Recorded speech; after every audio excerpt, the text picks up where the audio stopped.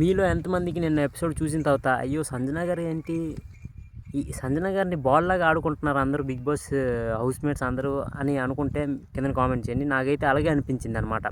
సంజన గారిని ఫుల్గా కార్నర్ చేసి సైడ్ చేసి ఆడుతున్నారు అనమాట. నాకు తెలిసి బిగ్ బాస్ హౌస్లో సోలో ప్లేయర్ సంజన గారు. ఏమో టాప్ 5లో కానీ టాప్ 2లో కూడా ఉండొచ్చు సంజన గారు ఈ మూమెంట్లో.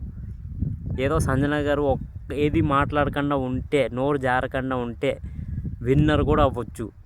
నాకు తెలిసి ఇప్పుడు గేమ్ చేంజ్ అవ్వబోతుంది అని నాకు ఎక్కడో అనిపిస్తుంది అనమాట. ఎందుకంటే అంత కార్నర్ చేస్తున్నారు సంజన గారిని.